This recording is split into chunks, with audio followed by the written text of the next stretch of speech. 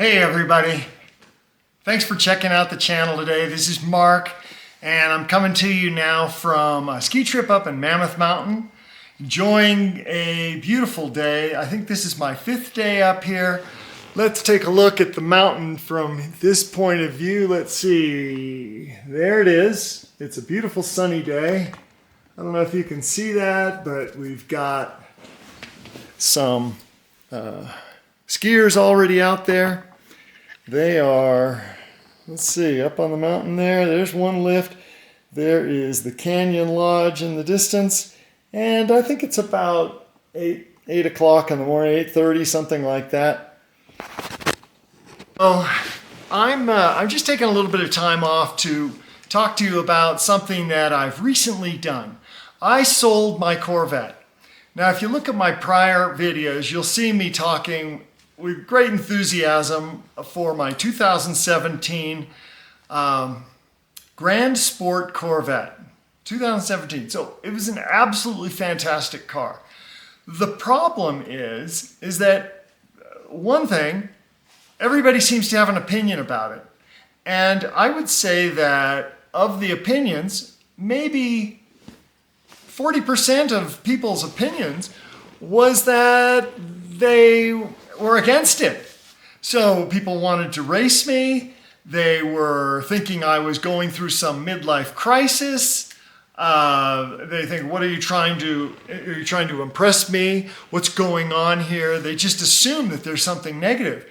And in fact, for me, and I can't speak for everybody, but for me, that was just a dream come true, to buy that car. I have always thought it was super cool, and I ended up buying it. Now I'm 64, so it's taken me a number of years to get to the point where I could buy it.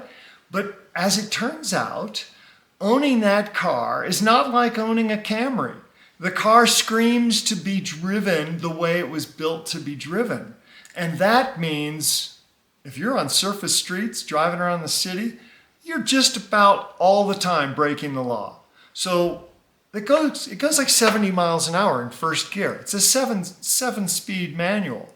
So on second gear, you just put your accelerator down a little too much and the tires break free and start spinning, and you're now out of control. I can't tell you how many times that happened. And you can go to YouTube and see the videos of people getting on their cars, accelerating too hard, and they crash across the curb. They crash into another car. They hit somebody. And I swear, I couldn't help but getting that anxiety in me. Every time I went to drive that car, I would have the feeling in my heart saying, is this the day? Is this the day I'm going to crash it? Because I would come home from a date or come home from an evening out somewhere, and I'd be coming down I-5, and I'm not going to admit or deny, but I might have been going 140 miles an hour, 130. You don't get a ticket when you get caught going that fast. You go to jail.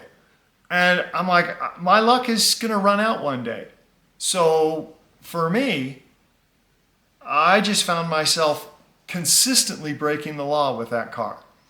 Then there's the fact that when I took my girlfriend out in it, she didn't like it.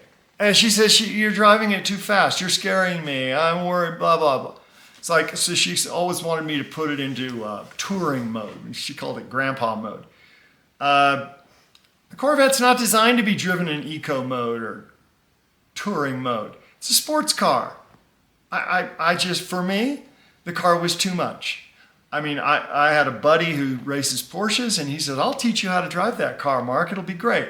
Well, I didn't want to take the car to the track. I just wanted to drive it around and enjoy it. But I couldn't. I just couldn't. My personality wouldn't allow me to just drive it around like a Camry. I had to always push it. And so I figured the safest thing for me to do is say, okay, you did this in your life. You enjoyed that car, and boy, did I ever.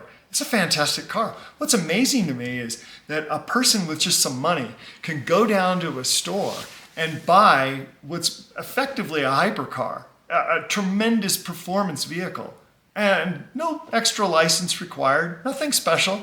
You just go down and buy it. Your driver's license permits you to drive that car around. And in no way are you really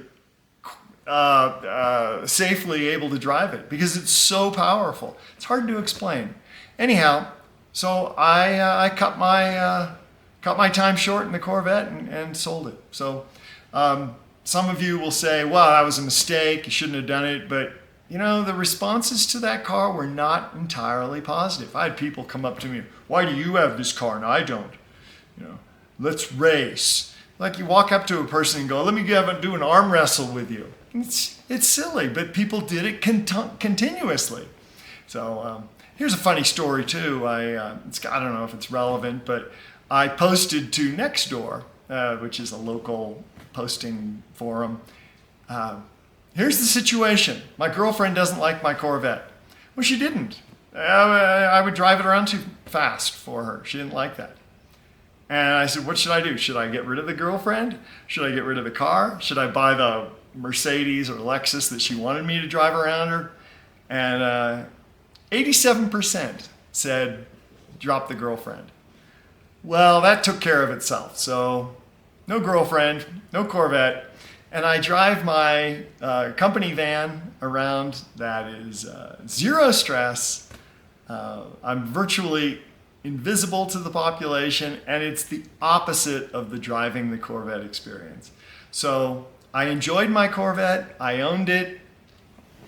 I can tick that off my bucket list. I don't really have a bucket list, but I enjoyed that car. And I now realize that a hypercar is not for me. It's not for me because I drive it around the city streets and I'm endangering the public. I really feel I was. And I never got a ticket in it, never got a ticket. Didn't crash it anywhere. But I have a story about another Corvette that I owned before I bought this one. And that's the story of a Corvette that I bought and did crash. It worked out for me. I didn't get injured, but it was a total loss. So I'll talk to you about that in the next video. So thank you for listening. I appreciate your support. Post your comments. I'm interested in hearing about them. So thank you for listening. And this is Mark saying goodbye from Mammoth Mountain. Enjoy yourself. Bye-bye now.